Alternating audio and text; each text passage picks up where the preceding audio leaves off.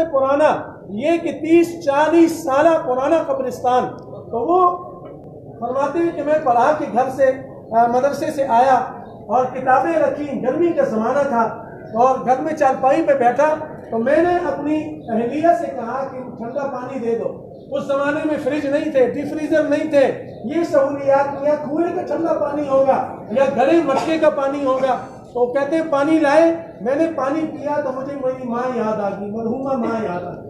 فرماتے ہیں میں نے وہ پانی وہاں چھوڑا اور قبرستان گیا، اپنی ماں اور باپ کے قبر پہ کھڑے ہو کے فاتحہ پڑھی، اِسالِ ثواب کیا اور پھر میں نے فاتحہ اور آخری قل اور درود پڑھ کے جمیع قبرستان جتنے مرحومین وہاں مدفون تھے اپنے ماں اور باپ کے علاوہ ان کے لیے بھی میں نے اِسالِ ثواب کیا.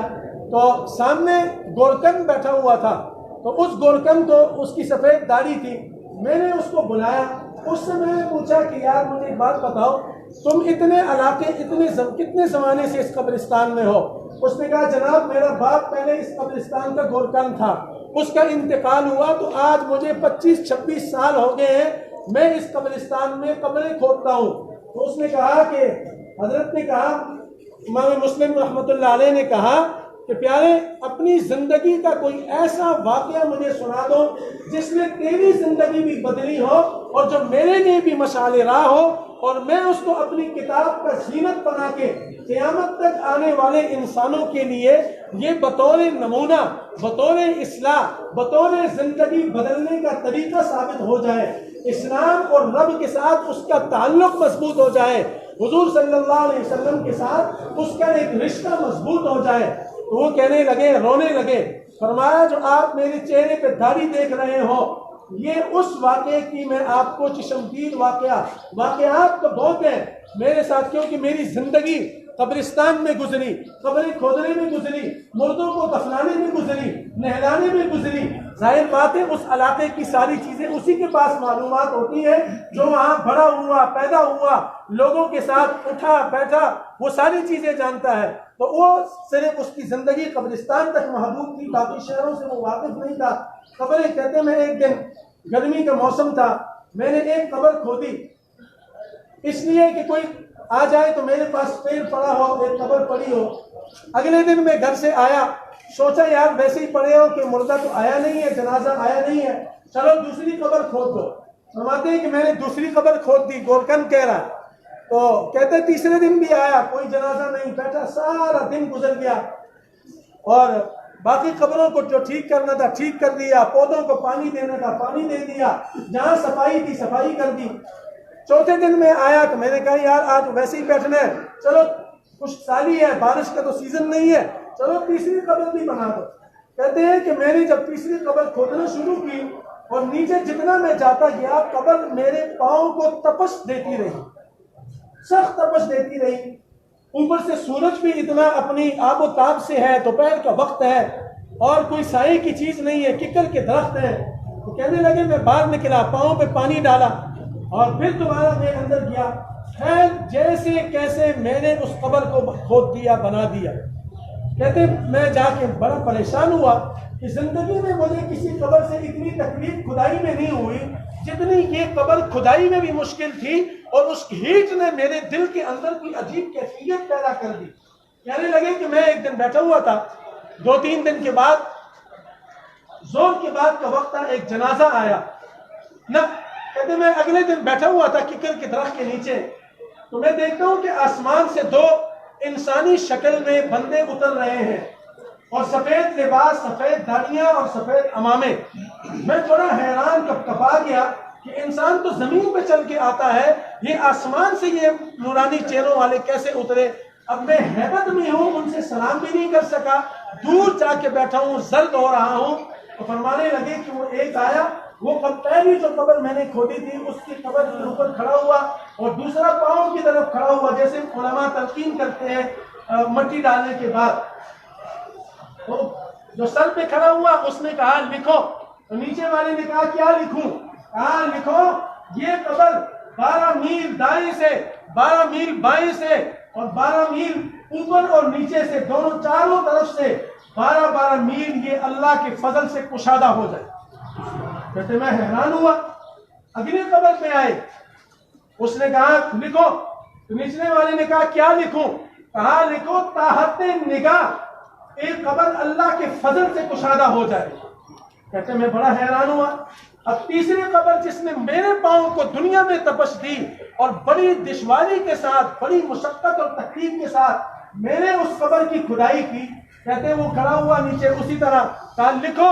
کہا کیا لکھوں؟ کہتے میں نے اپنی آنکھوں سے دیکھا کہ سر والا اس کو ایسے کر کے کہہ رہا ہے کہ اتنا لکھو کہ اللہ اس پر اپنی قبر کو تنگ کر دے، جیسے دنیا میں اس نے اللہ کے دین کو تنگ کیا، مخلوق کو تنگ کیا، حضور صلی اللہ علیہ وسلم کی سنتوں سے اپنے منہ کو پھیرا، اللہ اس کی قبر کو بھی ایسے ہی تنگ کر دے۔ کہتے یہ چلے گئے، وقت گزرتا گیا، 2-4 دن کے بعد میں دیکھتا ہوں زور کے بعد پہلا جنازہ آیا، میں اس کے ساتھ 7 آدمی تھے اور 8واں وہ مردہ۔ جب وہ جنازہ آیا، پڑھا گیا اور اس کو دفنایا تو وہ مجھے پیسے دینے لگے، میں نے پیسے پکڑ لیے۔ میں نے اس کو کہا یار ایک بات تو بتاؤ، یہ آدمی کون تھا؟ اس نے کہا جی یہ آدمی اس محلے کا غریب ترین شخص تھا، لیکن دنیا کے اعتبار سے غریب تھا لیکن دین کے اعتبار سے امیر تھا۔ دنیا اس کے ہاتھ میں نہیں تھی لیکن اللہ کا دین اس کے ہاتھ میں تھا۔ اس کا دل بازاروں میں نہیں، اس کا دل اللہ کے گھر میں لٹکا ہوتا تھا۔ آذان 5 وقت کی یہ دیتا، نماز 5 وقت کی یہ پڑھتا، تکبیر یہ کہتا، دن رات اللہ کا قرآن، اللہ کا ذکر، اچھائی کی دعوت، برائی سے روکتا تھا۔ فرمایا یہ پیسے اپنے واپس لے لو، اللہ تمہیں مبارک کرے، جو اس جنازے میں آیا اس کی بھی اللہ نے بخشش کر دی۔ کہتے میں کھڑا تو عصر کے بعد ایک جنازہ آیا، مردے سمیت اس کے ساتھ 11 آدمی تھے، 12واں میں شریک ہوا۔ جنازہ ہم نے پڑھ لیا، اب اس مردے کو رکھا گیا، قبر کے اندر بند ہو گیا۔ مجھے پیسے دینے لگے، میں نے پیسے پکڑ لیے، جیب میں ڈالے۔ میں نے ان سے پوچھا یہ کون ہے؟ آپ کا کیا لگتا ہے، کیا رشتہ داری ہے؟ کہا جی یہ پردیسی تاجر ہے۔ پردیسی مسلمانوں، پردیسی تاجر ہے، یہ دودھ میں ملاوٹ نہیں کرتا تھا۔ یہ جو جس چیز کا انسان سے، مسلمان سے نہیں، انسان سے پیسے لیتا تھا، وہ چاہے ہندو ہے، چاہے کسی بھی مذہب مسلک سے اس کا تعلق ہے، وہ آ کے اس سے تجارت کرتا تھا۔ پیسے جو دیتا تھا، جو چیز دکھاتا تھا وہی چیز دیتا تھا۔ کبھی ناپ تول میں اس نے کمی نہیں کی، کبھی منافع خوری نہیں کی، کبھی ذخیرہ اندوزی نہیں کی، کبھی روزے داروں کو تکلیف اور اذیت میں نہیں ڈالا۔ ہمیشہ یہ اچھائی کی درس اور تاجروں کے لیے ایک مشعل راہ بنا۔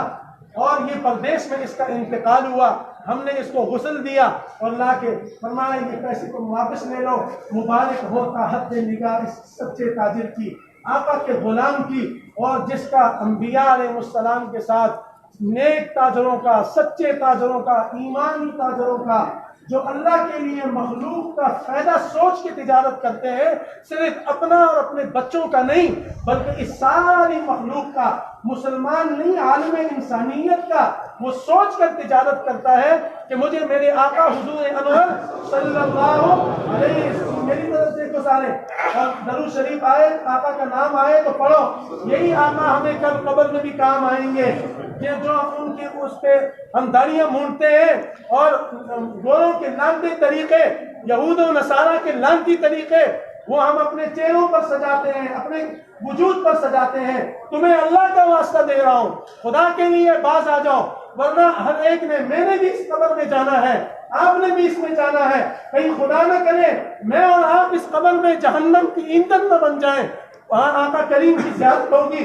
اگر ہم نے دنیا میں اللہ کے دین کے اوپر عمل کیا ہوگا، اللہ کے احکامات کو مانا ہوگا، رسول اللہ کی تعلیمات سے اپنے وجود کو استوارا ہوگا، ان کے طریقوں سے اپنے چہروں کو مزین کیا ہوگا، تو وہاں جا کے پھر ہم بخوشی کہیں گے یہ تو ہمارے آقا ہے حضور صلی اللہ علیہ وسلم، جن کے لیے میرا مرنا بھی تھا، جن کے لیے میرا جینا بھی تھا۔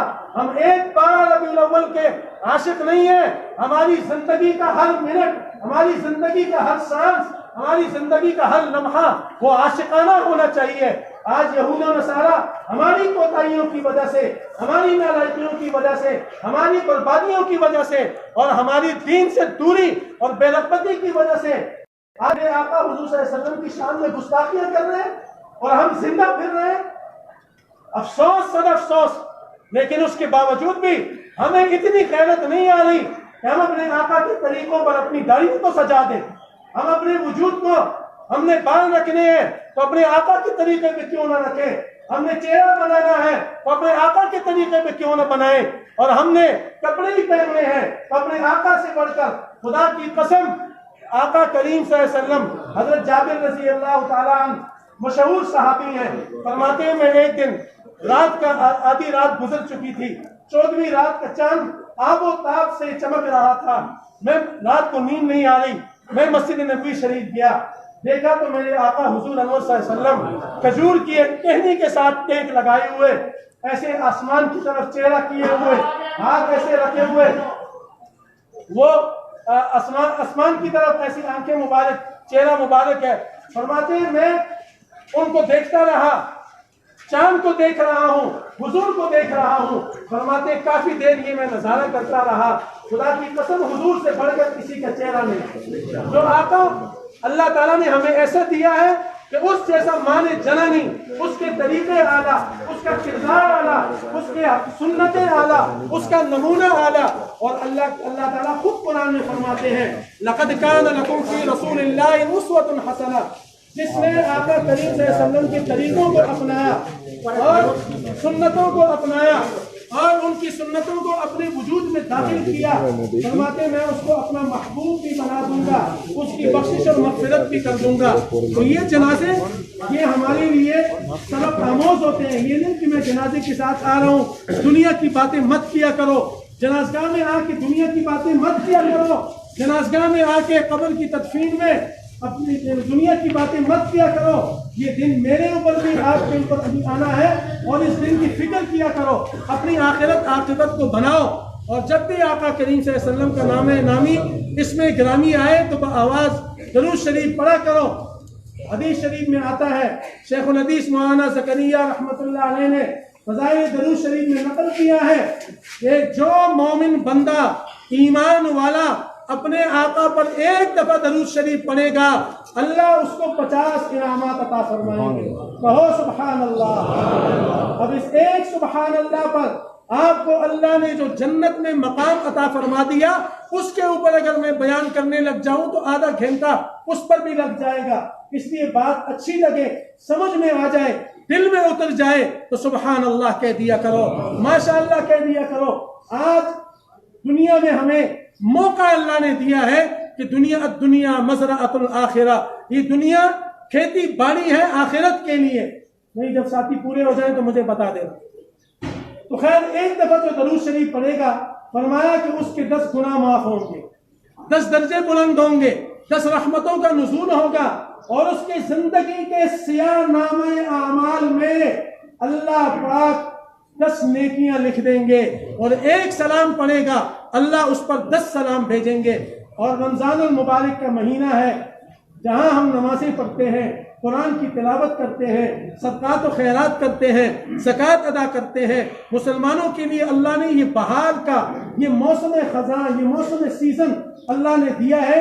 اس میں تاجروں کی خدمت میں درخواست کروں گا کہ خدا را مسلمانوں کے روزوں سے مت کھیلنا, اپنے بھائیوں سے مت کھیلنا. یہ پیسے یہ مجھے آپ کو دنیا میں بھی کام نہیں آئیں گے, یہ یاد رکھنا. آج میری بات جنازے کی چارپائی کے آگے لکھ کے چلے جانا, یا یہ تھانوں میں لگیں گے, یا کچہریوں میں لگیں گے, یا چوروں کے ہاتھ لگ جائیں گے, اور یا پھر یہ ہوگا اللہ معاف کر دے کہ اسپتالوں میں جا کے لگیں گے. یہ مجھے آپ کو نصیب نہیں ہوں گے, کیونکہ اللہ کو حرام پسند نہیں ہے.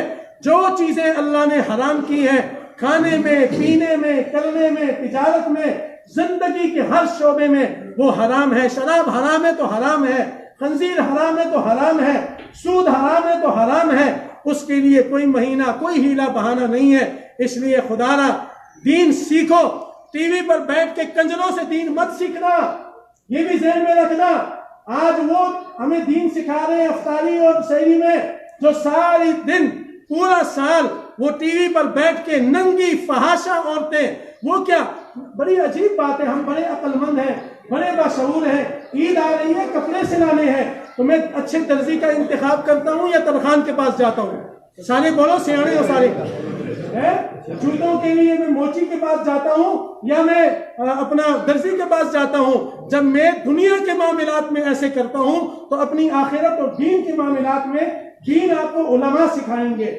جو آپ کے جنازے پڑھا رہے ہیں، جو آپ کے جنازوں کو کندھا دے رہے ہیں، جو 3 دن مسجد میں آپ کے لیے ہاتھ اٹھا کے دعائیں کرتے ہیں، جو پورا سال آپ کی دینی رہنمائی، دینی تربیت کر رہے ہیں، آپ دین ان سے آ کے سیکھیے، ٹی وی کی کنجریوں سے دین مت سیکھیے، اپنے روزے اور اپنا ایمان مت خراب کیجیے۔ اللہ تعالیٰ مجھے بھی آپ سب کو عمل کی توفیق عطا فرمائے۔ جنازے میں ایک بات یاد رکھو،